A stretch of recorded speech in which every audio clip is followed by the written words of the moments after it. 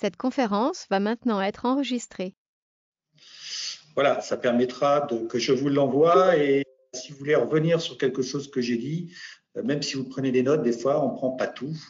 Une chose aussi, c'est que vous aurez systématiquement, pour ceux qui me connaissent, le support. S'il y a des choses qui vous intéressent, de toute façon, je vous enverrai le support. Moi, je ne garde rien, je partage beaucoup de choses. Voilà. Ah ben oui, j'avais même fait une petite animation. Alors, première petite question.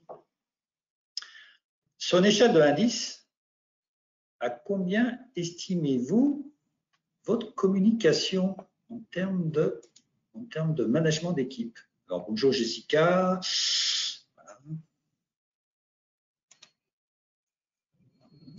Voilà, c'est juste pour vous. Voilà. Et là, maintenant qu'il y a du monde d'arriver, je vais faire juste une petite chose. Alors, Carole, d'où tu viens? Où est-ce que tu es basée? Moi, je viens de Gironde. Je suis basée à Talence, près de Bordeaux. Talence, ouais, Bordeaux, je connais. Enfin, je connais le nom. Hein. Voilà, donc Catherine, elle vient de Cannes. Alors, oh là, ça bouge beaucoup. Alors, attendez, hein, ça bouge beaucoup. Hervé, d'où tu viens? Alors, soit par chat ou soit par micro. Tu es basé où? En France ou autre part? Là, il y a des gens qui sont en Belgique. Alors, tu me réponds par chat. Jérôme, pareil. Jessica, pareil. Et Isabelle nous appelle de Belgique. Voilà. Et pareil, alors je vais regarder le chat. Alors, Isabelle, bien sûr, de Jessica de Paris. Donc, Belgique, Paris, Bordeaux, Cannes, Nice. Voilà. Voilà. Et puis, il y a alors Stéphanie qui vient d'arriver. Elle n'a peut-être pas encore entendu Paris. Non. Qu'est-ce qui vient d'arriver? Stéphanie, d'où tu viens? Voilà, comme oui, ça. bonjour, désolée pour le retard. Je n'avais pas installé l'appui. Je viens de Nice, Sophia Antipolis.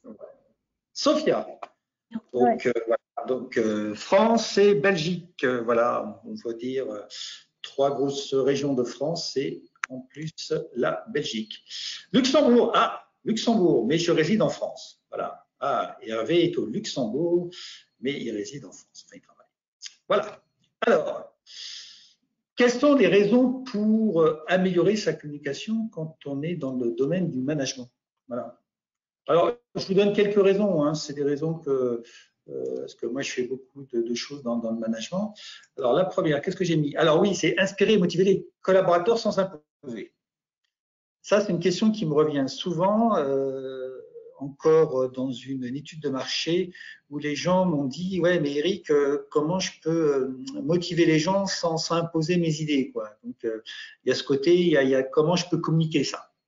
Voilà, donc ça, c'est une question c'est la communication pure, parce que la communication, c'est là pour inspirer en termes de management. Alors, on pourrait peut-être redéfinir le management, mais pour moi, un manager, il doit être inspirant, et aujourd'hui, le manager, il doit être plus un leader. C'est pour ça qu'il doit inspirer plus, et surtout, il doit motiver. Et comment motiver comment communiquer sans démotiver. Voilà. Alors, pour ceux qui viennent d'arriver entre-temps, je donnerai le support. Hein. La communication aussi, et ça c'est un levier qui est très important dans le management, c'est les signes de reconnaissance. J'ai fait beaucoup de formations au Maroc et j'ai fait un petit exercice qui m'a permis en plus de faire une petite étude sur les leviers de la motivation. Et le facteur des facteurs de la motivation des gens, quand ils sont les équipes, c'est d'être reconnu, c'est d'avoir des signes de reconnaissance. Et donc, les signes de reconnaissance, ça peut être fait que par voie orale, surtout orale. Et il y a là la manière justement de donner des signes de reconnaissance sans complaisance. Pourquoi sans complaisance? Parce que souvent, alors là, c'est aussi une autre question qu'on m'a posée, c'est OK, comment je peux motiver, mais ou comment je peux donner, par exemple, comment je peux faire des feedbacks un peu, entre parenthèses, négatifs, mais sans le démotiver. Voilà. Donc, c'est comment donner des signes de reconnaissance, mais pas en étant dans le politiquement correct et dans le social. Et donc là, c'est tout l'art de la communication. Voilà. Donc, c'est une des manières importantes pour améliorer sa communication, c'est de faire des feedbacks positifs orientés action. Donc, comment faire des feedbacks pour engager dans l'action, pour motiver les gens sur quelque chose qu'il a, alors je ne vais pas dire mal fait, mais qu'il peut mieux faire. Je vais essayer de ne pas être négatif là-dessus. Et ça, c'est beaucoup de subtilité. Hein. Enfin, moi, je fais beaucoup d'insubtilité. Et c'est important. C'est-à-dire, OK, la personne, elle n'a pas fait quelque chose comme on aimerait qu'il le fasse. Comment je peux lui dire, en utilisant l'art de la communication, pour justement lui faire passer le message, le motiver et l'engager en action. Parce que souvent, quand on donne quelque chose de négatif, en général, on démotive. Et à partir de là, ben, souvent, on n'ose pas justement dire ce qui ne va pas. Donc, c'est important d'améliorer sa communication là-dessus. Alors là, il y a aussi, ça c'est une grosse question, c'est comment gérer les conflits. Mais en étant hyper juste, sans injustice. Parce que je pense que tout ce qu'on est là on est 9 cet après-midi, l'injustice est quelque chose qu'on vit mal. Enfin, moi personnellement, je parle en mon nom, mais je pense que les phénomènes d'injustice, c'est quelque chose qu'on vit mal. Donc, être juste dans la communication, ça permet justement de ne pas créer de l'injustice. Une autre chose, c'est comment clarifier les missions, les rôles et les objections. Ça, c'est encore quelque chose que j'ai aujourd'hui.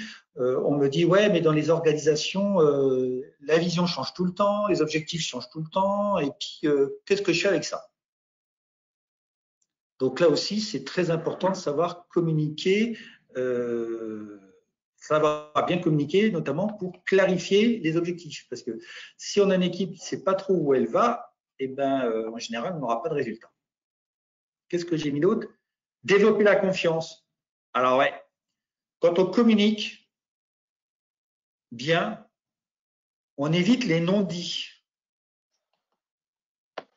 En évitant les non-dits, on évite de la méfiance. Donc, en évitant de la méfiance, on crée de la confiance.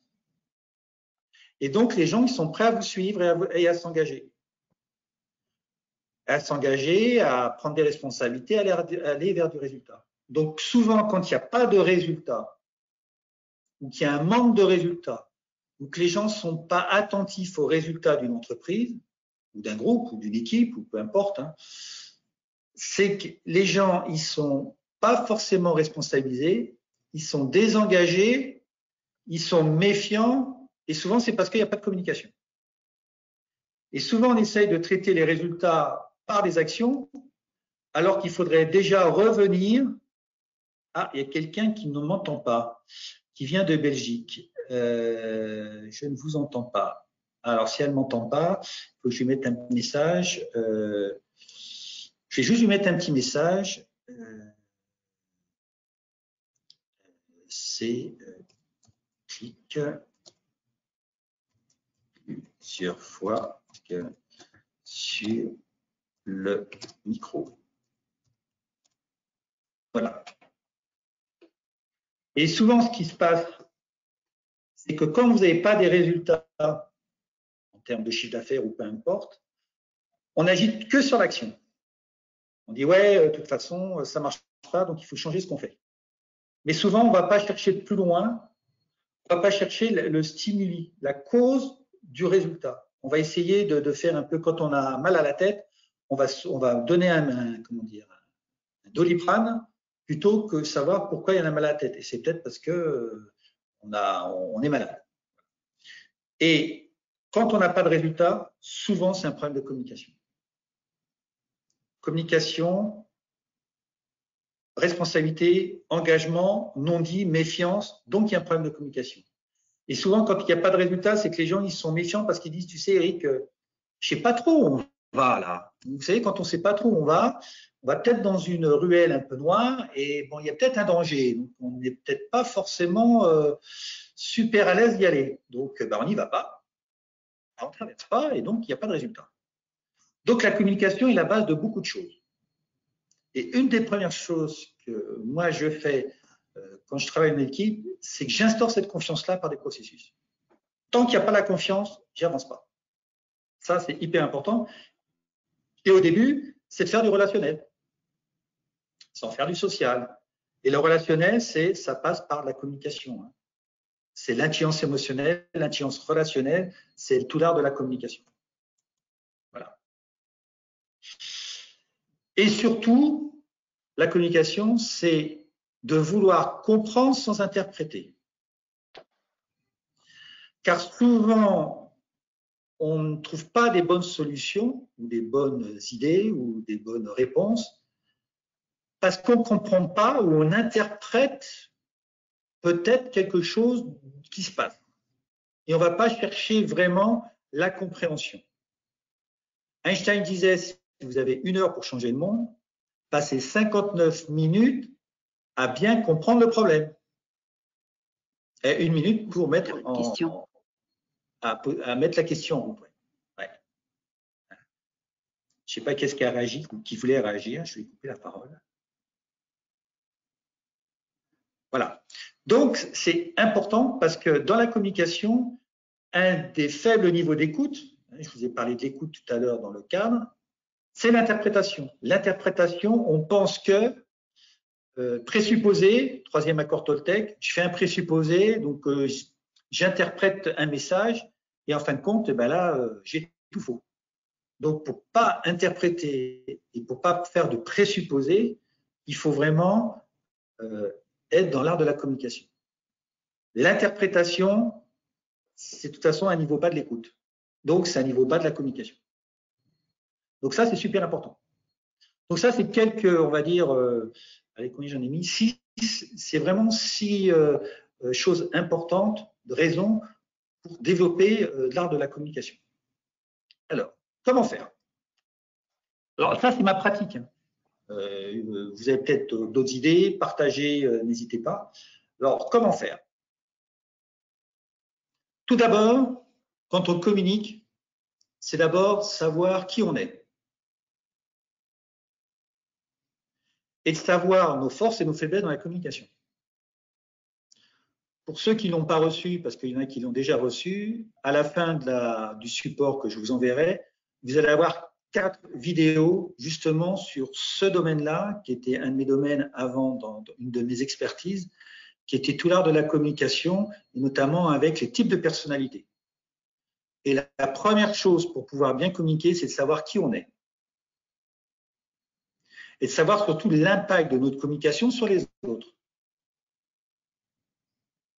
Parce que nous avons tous des préférences comportementales et des préférences de communication. Et souvent, on communique avec l'autre comme on aimerait qu'on communique avec soi. Sauf que si l'autre n'est pas pareil que vous, ça ne marche pas. Donc, il faut communiquer avec l'autre dans un premier temps comme il aimerait qu'on communique avec lui. Donc, la deuxième chose à faire, c'est comprendre le fonctionnement de l'autre. Donc, attendez, je me mets là, comme ça. Donc, imaginez que vous êtes là, je vais mettre la tasse. Moi, c'est la tasse, et l'autre personne, c'est le verre. La première chose, c'est de savoir qui vous êtes, et après, de savoir qui il est. Et de communiquer, pas comme vous avez l'habitude de communiquer avec vous, votre préférence, votre naturel, mais communiquer avec, comme l'autre, comme il aimerait qu'on communique avec l'autre. Donc, c'est de l'adaptabilité. On appelle ça de la flexibilité relationnelle. Alors, des fois, la personne qui est en face de vous n'est pas très éloignée. Donc, si vous faites votre naturel, ça se passe bien. Hein, si je prends Catherine qui est avec nous aujourd'hui, elle n'est pas très éloignée de moi. Donc, ça se passe, on n'a pas d'effort pour communiquer. Voilà. Mais avec d'autres personnes, je prends mon premier fils, il est en opposé comportemental. Et tant que je ne connaissais pas ses règles, plus je communiquais avec lui, avec mes manières, plus il s'éloignait. Donc, qu'est-ce que j'ai fait? Quand j'ai compris les astuces? J'ai communiqué avec lui comme il aurait voulu qu'on communique avec lui, et il s'est rapproché. Ça, c'est un grand principe de Carl Gustav Jung et qui a vraiment changé ma vie. Parce qu'au départ, vous communiquez avec l'autre comme vous aimez qu'on communique avec vous. Ça part en plus d'un super principe, quoi. Je vais faire avec lui, vous prenez soin, vous dites, ben, je vais faire comme lui, comme j'aimerais qu'on fasse avec moi. Ouais, mais souvent, ça ne marche pas. Et après, c'est de développer des stratégies de communication. Et vous verrez dans les vidéos que vous aurez à votre disposition, il y a plusieurs manières d'y arriver. Que vous faites comme vous, parce que la personne est un peu comme vous, ou soit ben, vous avez différentes manières d'y arriver. Alors, il y a Alexis qui arrive. Bonjour Alexis. Une fois qu'on sait un petit peu ce qui se passe dans les équipes, on dit tiens, il y a une équipe qui est soit très hétérogène, soit homogène. Donc, on sait déjà, on va anticiper les conflits. Parce qu'en faisant ça, le fonctionnement de l'autre, vous allez déjà anticiper les réactions de l'autre. Donc, vous avez anticipé les conflits et vous allez les réduire. Vous n'allez plus les subir, vous allez les anticiper. Donc, ça, c'est super intéressant. Donc, après, vous allez pouvoir développer des stratégies. Et après, pour améliorer la communication, il faut mettre un cadre. Donc, vous voyez, moi, pour ceux qui sont arrivés au tout début, je vous ai posé un cadre. Et ce cadre-là, c'est important dans la communication. Le cadre, c'est des règles de fonctionnement entre les personnes.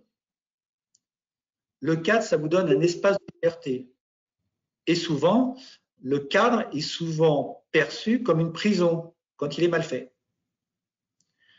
Plus le cadre il sera co-créé, plus il sera simple, plus il sera puissant et plus il favorisera la communication. Vous voyez mon cadre de tout à l'heure, pour ceux qui ne l'ont pas vu, ils pourront le revoir avec le support. Il y avait 8 lignes. Hein. Donc un cadre, de toute façon, maximum 9. Donc, il y avait 8 grands principes. L'écoute, l'authenticité, pas de présupposés, pas de préjugés. Il y avait quoi? Le respect, l'authenticité, j'avais mis le tutoiement, voilà. Donc ça, c'est le cadre.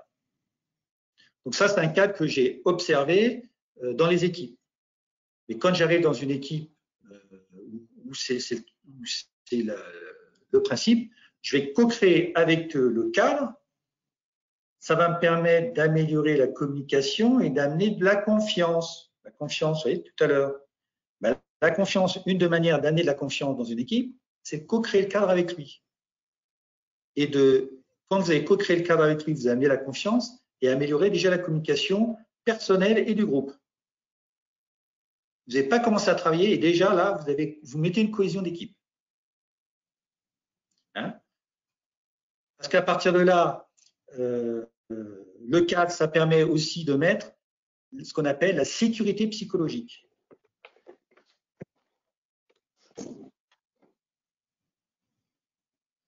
Alors, pour Hervé, si tu as des problèmes de connexion, de toute façon, je t'enverrai le replay. Hein. Donc, t'inquiète pas. Et puis, tu pourras, à la rigueur, me téléphoner ou faire. On pourra me reposer des questions après. Quand on co-crée un cadre, on amène ce qu'on appelle la sécurité psychologique. C'est quoi la sécurité psychologique? C'est dans l'étude Google de 2015, je crois, de 2015, ils ont dit que le facteur clé d'une équipe qui fonctionne, il faut qu'il y ait de la sécurité psychologique. C'est-à-dire la sécurité psychologique, il faut que les gens puissent communiquer en toute confiance. Mais s'il y a un coup près en disant je ne peux pas dire ça parce que je vais avoir mes vacances qui vont être supprimées, je vais être mon augmentation qui ne va pas arriver, ou etc., etc.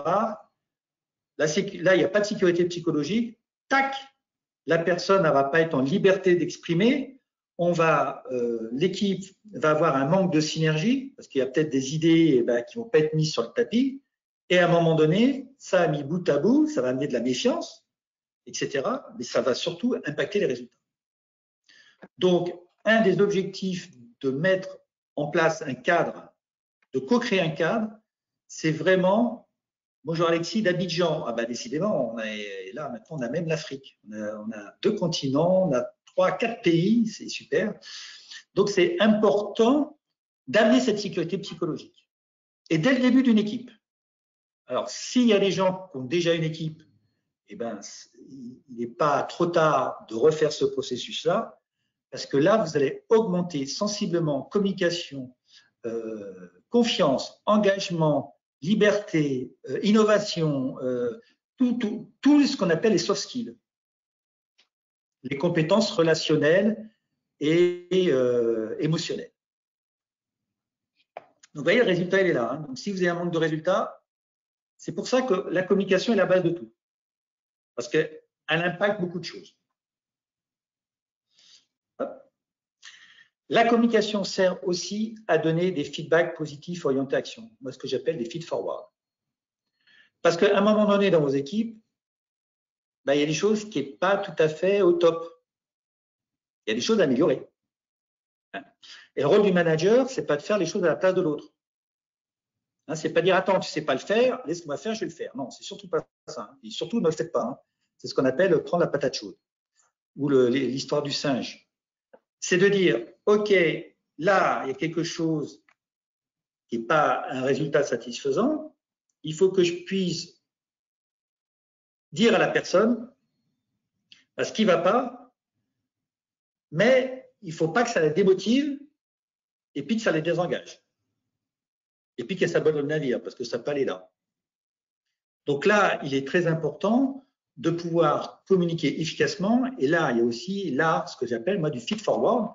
C'est-à-dire un feed-forward, c'est 3 étapes. C'est d'abord de dire ce qui va, parce que les gens, ils ont besoin de reconnaissance. Je l'ai dit en début du webinaire. La reconnaissance, c'est le facteur clé de la motivation. Donc, quand moi j'étais manager et qu'on me disait tiens, motive tes équipes, je disais ok, mais comment on fait? Je ne savais pas comment on faisait.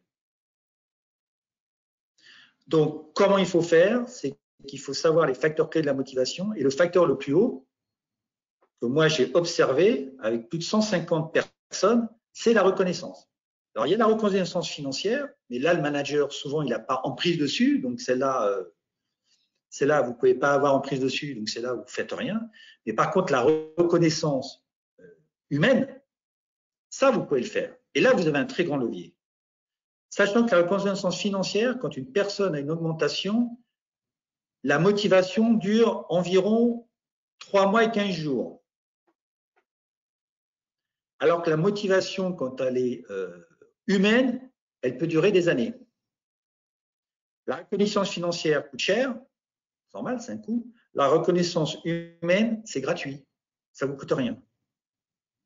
Et des fois, en 1 minute, vous pouvez motiver des gens pour plusieurs mois.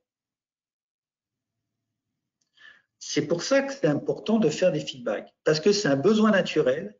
Si demain, vous faites vous-même quelque chose et que personne vous dit que c'est bien, vous allez interpréter en disant « mon manager, il ne m'aime pas », ou c'est parce que mon travail n'est pas utile, ou que mon travail ne sert à rien, parce qu'il est mauvais et qu'il ne veut pas me le dire, ou, vous voyez, vous commencez à tourner du ciboulot.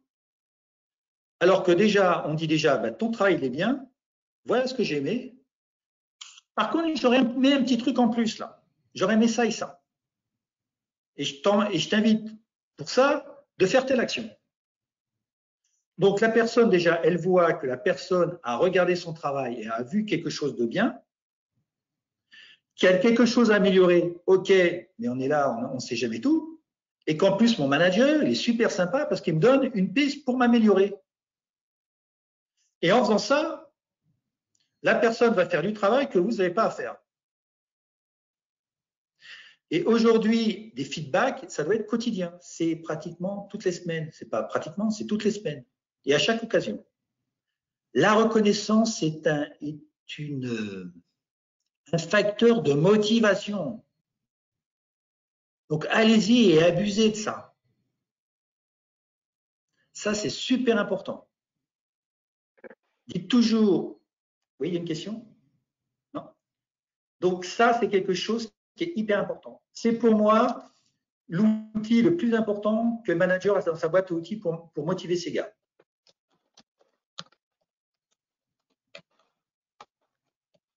Alors, après,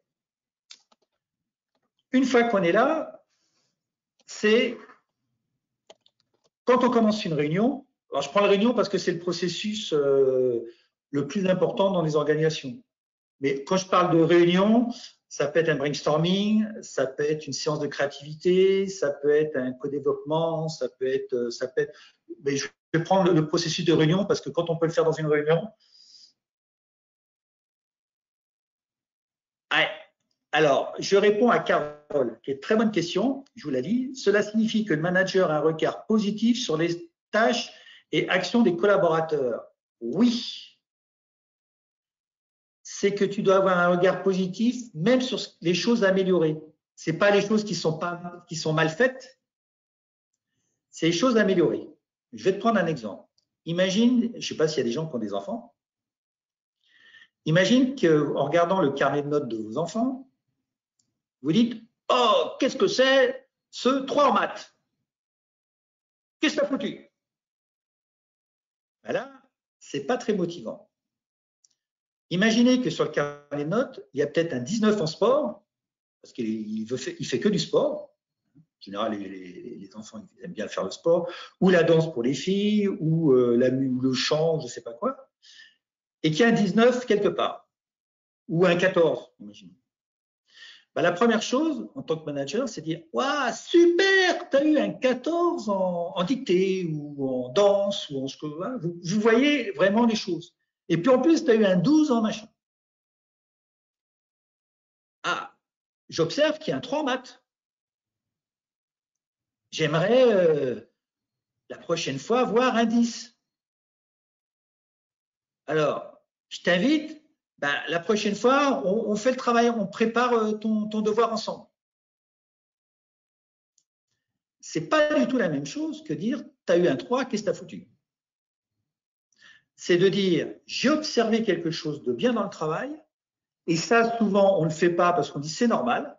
Non. Oui, c'est normal, mais il faut le valoriser, le normal.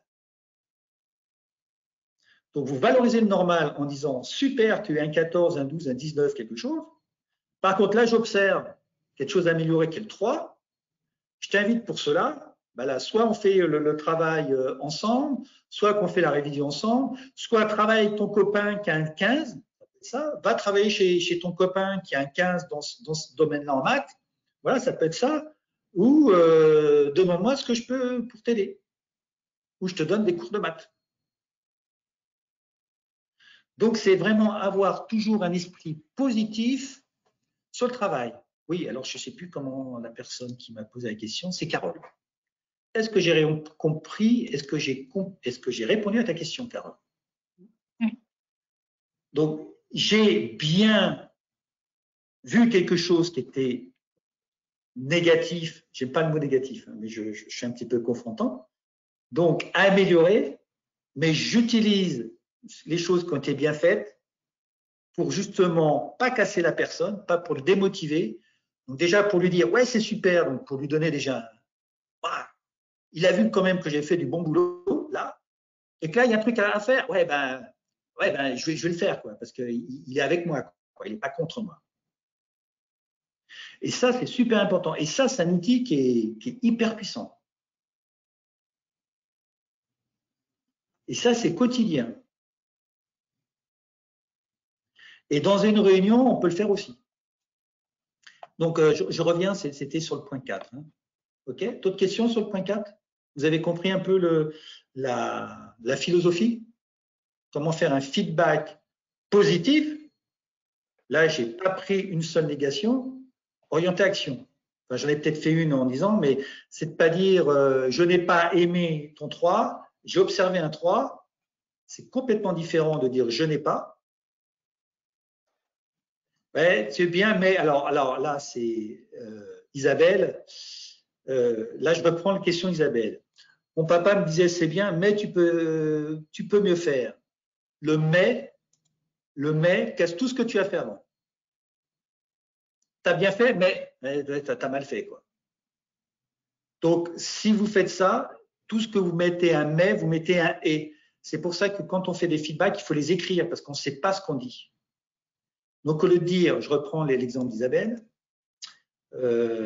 c'est bien, mais tu peux mieux faire, c'est bien et tu peux mieux faire.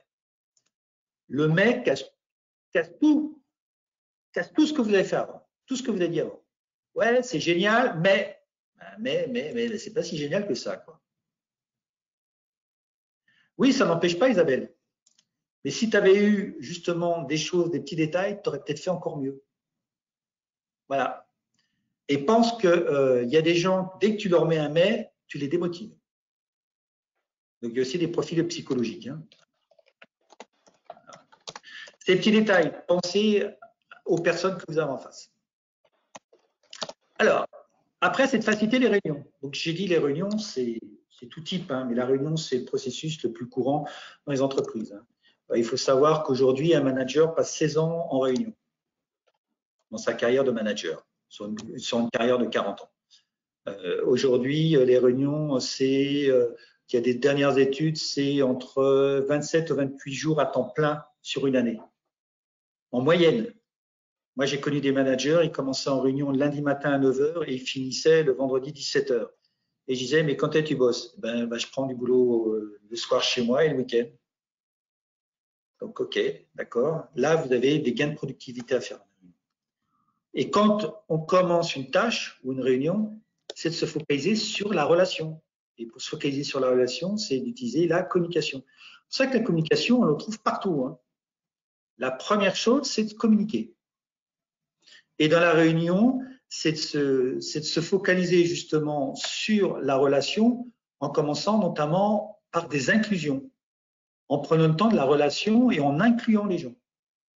C'est pas de commencer une réunion et dire, ben voilà, il y a ça à faire, allez, commence. Non. Alors attendez, j'ai une question de Carole. Le manager peut aussi poser comme question au collaborateur, comment penses-tu améliorer? Alors, oui, Carole, mais aussi, le manager, c'est un leader, il doit montrer l'exemple. Et donc, il peut dire, voilà ce que je te propose, voilà comment tu vas faire. Donc, je te donne une idée, après tu la prends pas. Hein. Je te donne une idée pour améliorer ton 3 en maths, ok? Et toi, comment tu vas faire?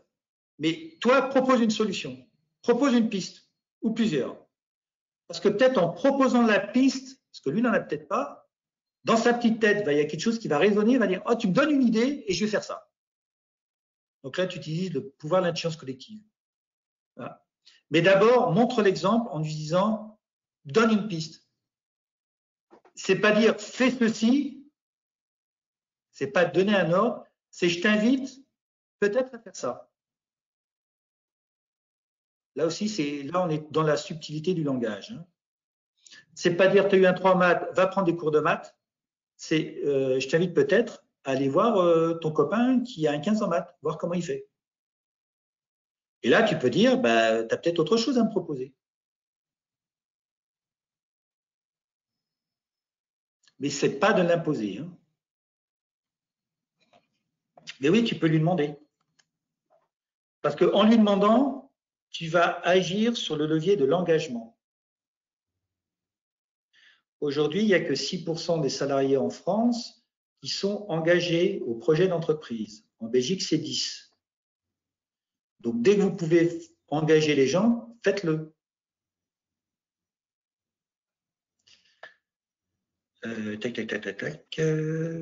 Et donc, pour commencer une réunion de travail, c'est commencer aussi par des processus d'intelligence relationnelle et émotionnelle. Donc, toujours en utilisant les soft skills. Parce que la communication, au départ, en faisant une inclusion, on va redonner du sens. Aujourd'hui, il y a, je ne sais plus, 70% des réunions où il n'y a pas d'ordre du jour, où les gens viennent, ils ne savent pas pourquoi. C'est impressionnant. Hein. Moi, je suis tombé un peu sur les fesses en voyant les chiffres. Donc, quand on vient dans une réunion, c'est d'amener les gens, d'augmenter ce qu'on appelle la résonance sur le sujet, donner du sens, donner de la résonance au niveau énergétique. Parce que si vous avez des gens qui sortent d'une réunion qui s'est mal passée, qui est un petit peu grognon, qui a quelqu'un qui est un petit peu triste et puis qui est quelqu'un qui est un peu zen, si vous ne faites pas quelque chose au niveau énergétique, la réunion va mal se passer. Et ça passe dans la communication et dans l'intelligence relationnelle et émotionnelle. Moi, souvent, je fais le cadran, Catherine, tu le connais, avec les humeurs. Hein. Dans une réunion, vous avez le schtroumpf grognon, hein, ça ne va pas aujourd'hui. Vous pouvez avoir le schtroumpf colérique, ouais, j'en ai marre. Hein. Vous avez le gars, ouais, c'est super, c'est génial. Moi, ce soir, je vais faire une bouffe avec mes potes. Et puis, il y a le gars qui est zen.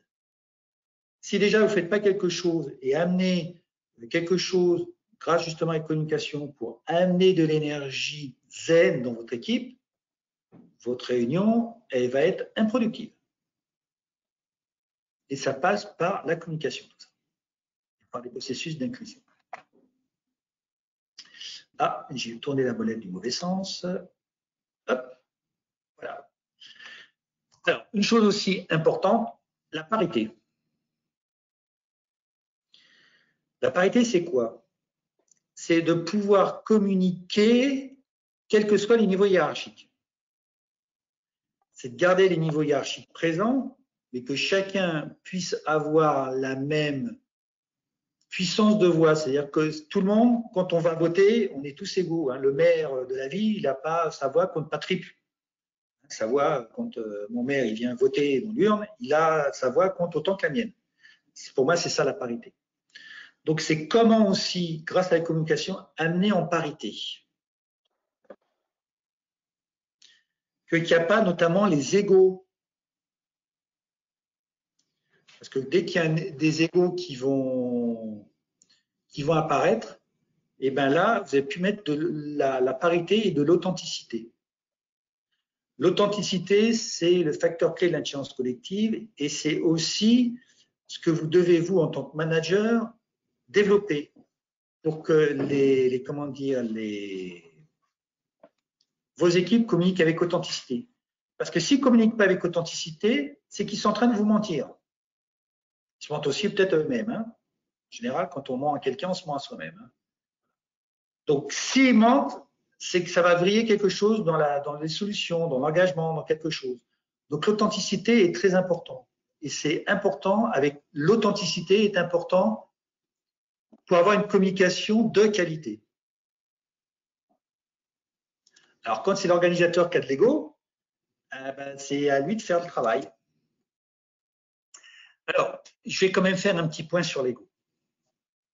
L'ego est salutaire quand il est au service de plus grand que soi. L'ego est destructeur quand il est au service que de lui-même. Mais l'ego est bon, l'ambition est bonne quand il est au service d'une vision. Donc l'ego est bon.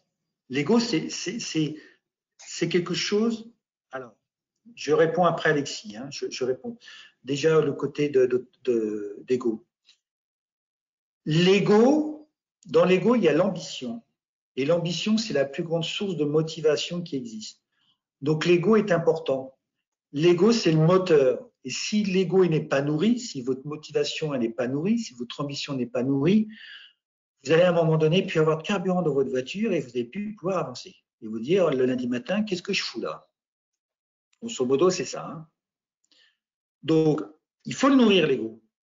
Mais il faut qu'il soit au service de plus grand, donc d'une mission, de quelque chose, d'une mission, d'un sens. Il faut qu'il soit utile, l'ego. Mais l'ego, quand un animateur a beaucoup d'ego, c'est qu'il voit ses avantages à lui, mais que les autres, ils n'en ont rien à faire. Et c'est quand il est comme ça, c'est qu'il n'inspire personne. Et ça, c'est pas un leader. C'est quelqu'un qui joue perso, et que derrière, il part. C'est les gens qui disent, seul, j'irai plus loin. Ah, ils y vont. Et quand ils commencent à se retourner en disant, ah les gars, il faudrait peut-être se mettre au boulot, mais comme il n'a pas inspiré les gens, les gens, ils n'ont pas commencé à partir. Et le gars se retrouve tout seul. Et son équipe, elle est zéro. Donc ça, c'est pas un bon ego. Le bon ego, c'est dire, regardez, je vais vous donner une direction, une vision, et tout le monde y va. Et en fin de compte, même le leader, il est derrière. Il est derrière, il n'est pas devant. Et les gens, ils y vont tout seuls. Ils vont tout seuls vers cette direction-là. Ils sont inspirés. Ça, c'est un bon ego. C'est l'ego qui est au service de plus grand que soi, au service d'une tâche, d'une mission, d'une vision, d'une direction. Enfin, après, vous mettez les mots que vous voulez. Donc ça, c'est important. Et s'il n'y a pas de parité, voilà, un bon leader, une des qualités d'un bon leader, c'est de dire je ne sais pas. Et c'est de mettre en avant son équipe. Même s'il sait, c'est de dire je ne sais pas.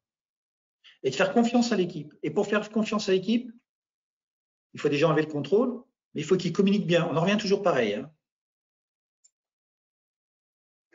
Confiance, communication.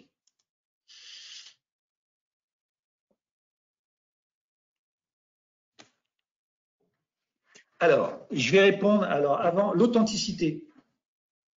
Alors, l'authenticité, comment ça s'exprime, me demande Alexis. C'est de l'alignement. Alors ça, c'est un processus un petit peu plus long. vous pouvez travailler l'authenticité déjà en co-créant le cadre. Pour mettre la parité, vous co-créez le cadre et vous développez l'authenticité. Ça, c'est un très bon exercice. Le deuxième exercice que vous pouvez faire, c'est le travail sur les valeurs. Les valeurs personnelles, les valeurs de l'entreprise, de l'organisation ou de l'équipe. Après, ça dépend à quel niveau vous travaillez. Et de poser à chaque personne, imaginez que vous avez les 3 valeurs, liberté, égalité, fraternité. D'accord? Et que ce soit les valeurs de votre équipe ou de votre organisation. Vous demandez à chaque personne comment il va incarner ces 3 valeurs au quotidien. Comment incarner à travers des comportements les 3 valeurs qui sont les valeurs de l'entreprise. Voilà, c'est les valeurs de la France. Voilà. Ça permet que les gens s'expriment et qu'ils voient que les valeurs, on peut les incarner de manière différente en fonction des postes et des missions de chacun. Mais en plus, vous commencez à mettre un pas dans l'engagement et la responsabilité des personnes, donc vers un résultat. Et quand à un moment donné, il y a des gens qui n'incarnent pas les valeurs, et ça peut arriver parce qu'on reste des hommes et des fois on peut faire un faux pas, donc c'est OK. Ça peut être aussi un outil de recadrage. Les valeurs peuvent être un outil de recadrage autant que le cadre. Car vous, en tant que manager, quand il n'y a pas de cadre qui existe, quand on n'a pas des valeurs qui sont vraiment incarnées, on ne peut pas recadrer quelqu'un. Et donc, c'est important de savoir comment recadrer. On ne peut recadrer que quand un cadre est expliqué, il est existant. Souvent, les gens ils me disent « Ouais, mais je recadre, ben, je vais mettre du cadre. » Et si tu n'as pas mis de cadre, c'est trop tard. C'est trop tard. Et là, on va commencer à vriller le processus. C'est pour ça que tous ces processus-là doivent être mis en amont. Et donc, en travaillant en co-créant le cadre, vous développez de l'authenticité, de la parité. En travaillant sur les valeurs, vous allez développer de l'authenticité. Parce que vous avez développé quelque chose, vous avez créé la confiance. Et parce que vous êtes de la confiance, les gens ils vont être confiants avec vous. Si c'est pas confiant, si c'est pas trop clair, ils sont méfiants, hop, puis l'authenticité. Les gens vont y avoir des jeux de pouvoir. Là. Ils vont vouloir faire calcul. Ouais, mais si je dis ça, ouais, donc je vais pas dire ça et c'est fini. C'est pour ça que tout est lié là. Hein. On n'est qu'au début d'une équipe. Hein. Vous voyez, là, c'est vraiment si j'avais une équipe à travailler, c'est le début que je fais. Hein. Ça, c'est des processus qui durent, pour les faire, sur une équipe de 10 personnes, voire même une équipe de 20, c'est une journée maximum. Hein. En une journée, vous pouvez gagner beaucoup, beaucoup de temps. Hein. Confiance, communication, authenticité, parité, cadre. Là, vous mettez les travail sur les valeurs. Là, vous faites vraiment du travail de profondeur.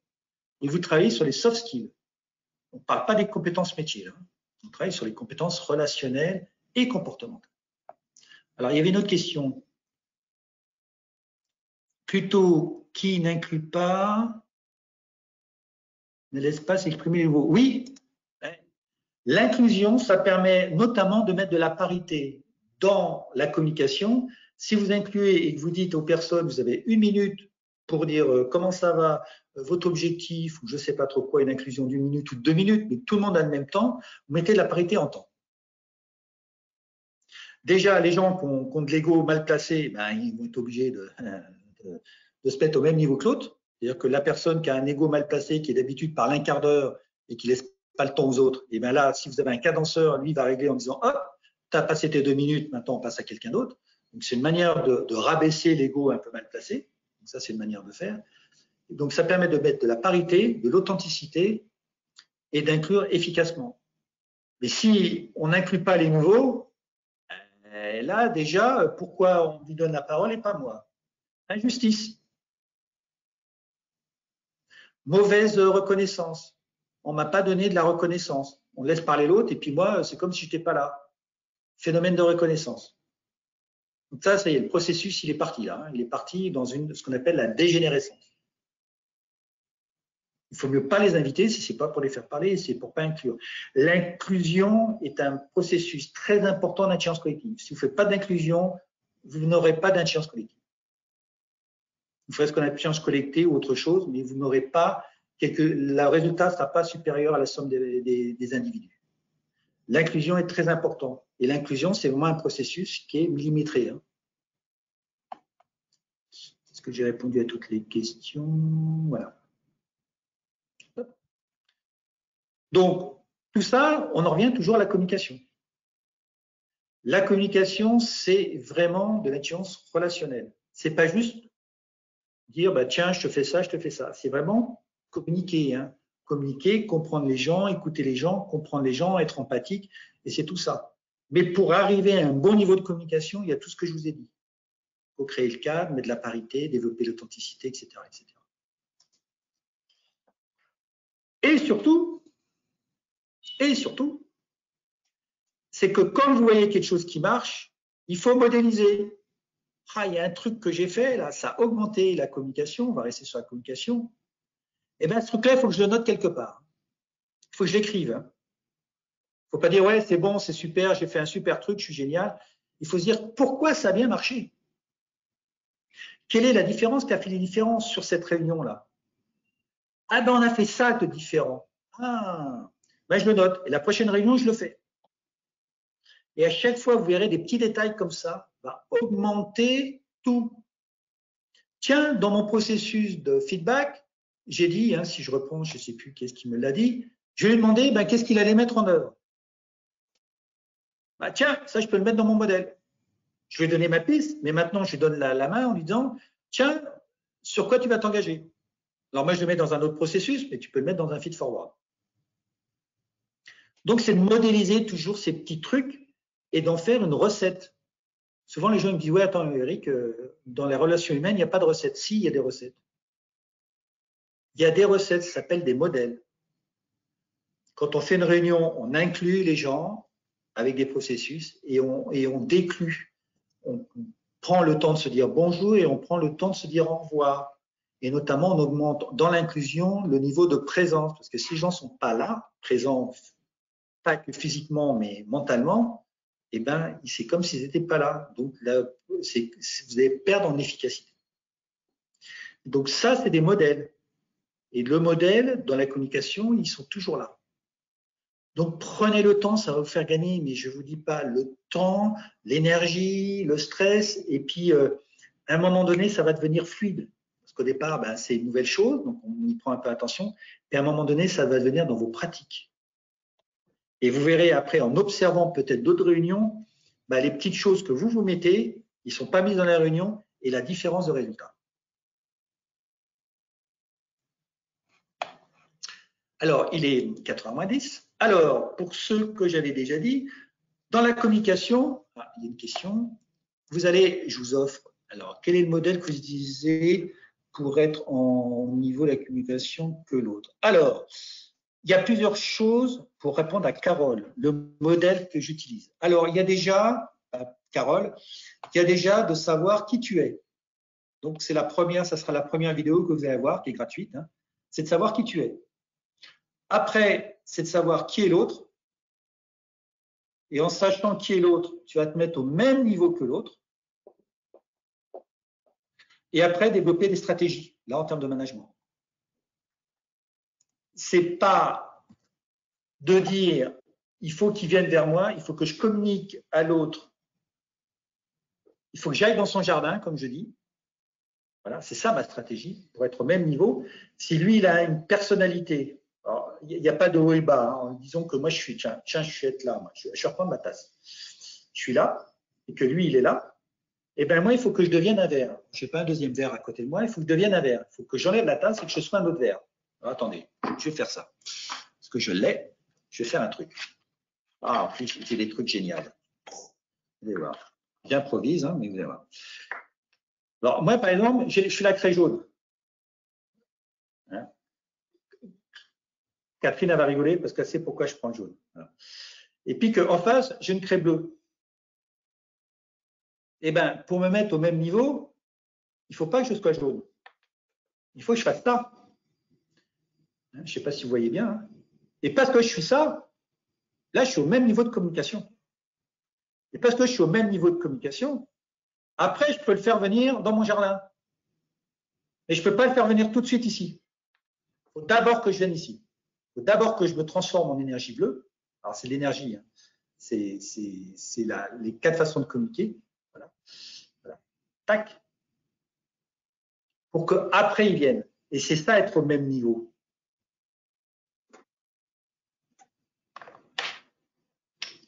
Voilà. Donc, c'est là, tu le verras, je ne sais pas le mémoire des noms, Carole, tu verras, dans ta question, tu auras plein de réponses ici. Tu auras la réponse sur celle-là. Parce qu'après, ça peut vous servir, certes, en termes de management, mais ça peut servir dans toute votre communication au niveau personnel, hein, avec vos enfants, avec, je ne sais pas, vos amis. Vous allez chez un avocat, par exemple, vous ne savez pas comment faire. Et ben, déjà, si vous avez une bonne communication avec votre avocat, ça sera intéressant. Et comment le faire concrètement? Ce que je te dis là, hein, c'est Alexis, comment faire concrètement ça? Voilà. Non, c'est ça. Eh bien, regarde les vidéos et tu as toutes les astuces. Ces 4 vidéos m'ont pris 1 mois à temps plein. Hein. C'est une de mes expertises. Donc là, c'est un très beau cadeau que j'ai envie de faire. Donc, vous allez avoir le PDF et vous aurez juste à cliquer, vous voyez, sur la page en bas et vous pourrez me poser des questions, etc., etc., etc. Donc, voilà. Donc, vous recevrez peut-être ce soir les vidéos, enfin le support, et vous pourrez regarder dès ce soir. Ouais, alors, puis on s'exerce en famille. Moi, je dirais, commence avec ta famille. Hein. Voilà. Mais tu peux commencer avec ta famille, tes collaborateurs, et puis commence par les choses faciles. Voilà. Et détermine déjà qui tu es. Voilà. Ça, c'est important. Alors, par contre, je viens de voir une erreur, c'est que le 1, ce n'est pas le 1, c'est le 2. Vous voyez, le 1 là, ce n'est pas le 1, c'est le 2. Donc, il faut commencer par celle-ci et après celle-là. Commencer par celle-ci là. Je viens de voir que j'ai fait une erreur. Mille excuses. Comme quoi, hein, vous voyez, l'erreur, c'est important. Alors, pour ceux qui veulent aussi aller plus loin, c'est que j'ai développé une formation qui s'appelle Management collaboratif en ligne. C'est une formation que je fais aujourd'hui en présentiel. J'ai un petit peu arrêté à cause du confinement parce que je la faisais au Maroc. Donc, pour l'instant, avec l'espace Schengen, et puis bon, on ne peut pas y aller comme ça. Mais je l'ai fait dans une très grosse banque. Pas une très grosse banque, c'est la première banque au Maroc, qui est la 3e d'Afrique. Et justement, toute cette formation-là, je l'ai modélisée. Enfin, j'avais déjà modélisé avant, et j'en ai fait une formation à distance. Donc, c'est une formation qui a aujourd'hui 21 modules, il y a plus de 3 heures de vidéo. J'apporte du soutien, réponse aux questions. C'est un équivalent en présentiel, c'est pratiquement 4 jours en présentiel. Pour vous donner une idée, il y a du travail. Hein. Mise à jour des bonus, qui est complètement gratuit. Il y a aussi le soutien, je ne l'ai pas mis, si je l'ai mis le soutien. Alors, j'ai mis 1 an, mais les mises à jour, c'est même plus qu'1 an. Hein, les gens qui me connaissent, ils savent que je réponds même au-delà des 1 an. Garantie d'1 jour satisfait ou remboursé. Donc, vous avez un premier module. Si vous ne plaît pas, eh ben, vous pouvez me demander le remboursement. Et possibilité de paiement 3 fois sans frais. Et aussi, comme je suis organisme de formation, que je vous fasse un devis, que vous passez ça par votre DRH ou votre OPCO, hein, les ex-OPCA. Voilà. Donc, si vous voulez savoir tout le programme exactement, vous avez un lien qui est là. Alors, après aussi, je fais pas mal d'articles. Et ça, c'est quelque chose aujourd'hui qui est plus dans le mouvement. C'est comment transformer les états de stress. Je ne sais pas si vous, en tant que manager, vous êtes en stress. Alors non, ça ne peut pas passer en CPF. CPF, c'est une usine à gaz. Alors, je ne vais pas rentrer là-dedans, mais le CPF, non. Il faut faire beaucoup de volume pour faire du CPF. Il faut faire du présentiel. CPF, c'est beaucoup de volume. Et donc, je ne mettrai pas cette qualité-là dans un CPF. Voilà, je referme la parenthèse. Et donc, en base documentaire, il y a l'état crash, l'état coach. C'est comment, quand on en crash, comment s'en servir comme une opportunité, pas comme une menace. Donc là, en ce moment, je suis en train de faire, donc là, vous avez un article. Bientôt, je vais même faire un webinaire mardi. J'en fais un mercredi sur ce sujet-là. Voilà, donc c'est comment justement sortir des états crash, donc des états de stress. Et si l'état de stress, c'était une opportunité, pas une menace? Voilà, ça c'est une très bonne question. Et ça, c'est quelque chose que je vous apprends justement dans la formation qui est juste au-dessus. Voilà. Après, il y a d'autres choses. Donc là, vous pourrez, si vous avez un compte LinkedIn, aller voir toutes mes autres j'ai plein d'articles. Voilà, là, c'est sur l'entrepreneuriat, comment réussir sa transition professionnelle. Donc, s'il y a des managers qui veulent réussir leur transition professionnelle, j'ai quelque chose aussi pour eux. Et après, si vous voulez continuer à suivre tous mes prochains webinaires, vous aurez aussi le lien. Vous avez mon agenda et sur lequel tout est mis à jour. Et pour les gens qui avaient une mauvaise connexion, qui veulent toujours me poser une question, parce qu'il y a une question qui arrive pendant la nuit, ils peuvent me téléphoner ou m'envoyer un mail. Je serai toujours ravi de partager avec eux. Voilà, il est 16 heures. Quelles sont vos questions s'il y en a encore? Vos ressentis, tiens. Quels sont vos ressentis ou quelque chose? Un mot pour dire, un mot qui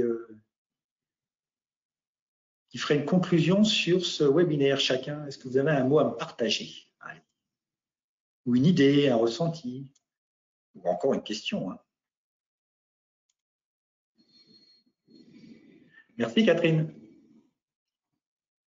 Excellente piqûre de rattrapage. Ouais. Merci.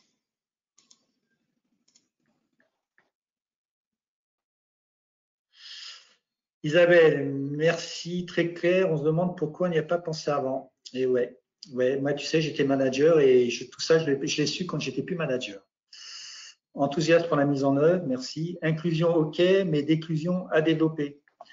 Ah ben, je pourrais faire un webinaire que sur inclusion, déclusion. Hein, oui, tu vois là, je suis en train de faire un genre de déclusion. On ne se dit pas au revoir et ciao. Hein.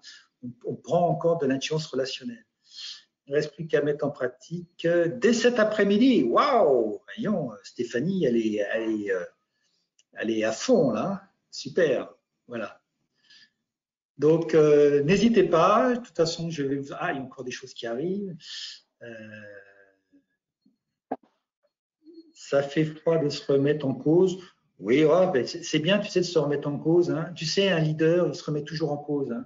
C'est l'ego qui se remet pas en cause. Hein. Donc, si tu te remets en cause, eh ben, c'est une très bonne chose. Ça veut dire que tu es ouvert.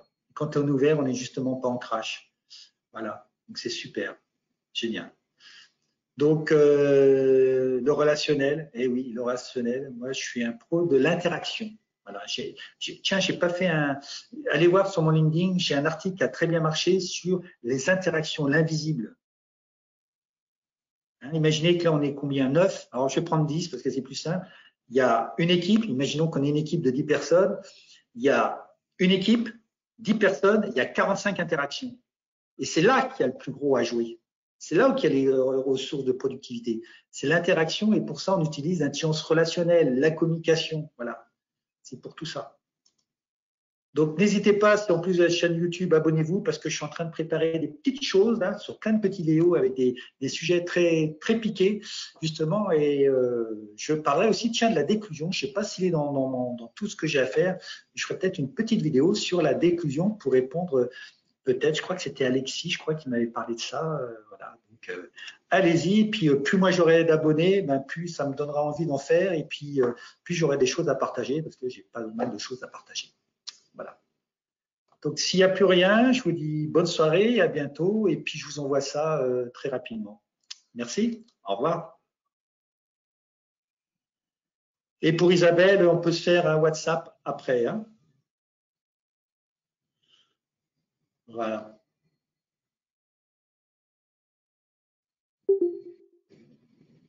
OK.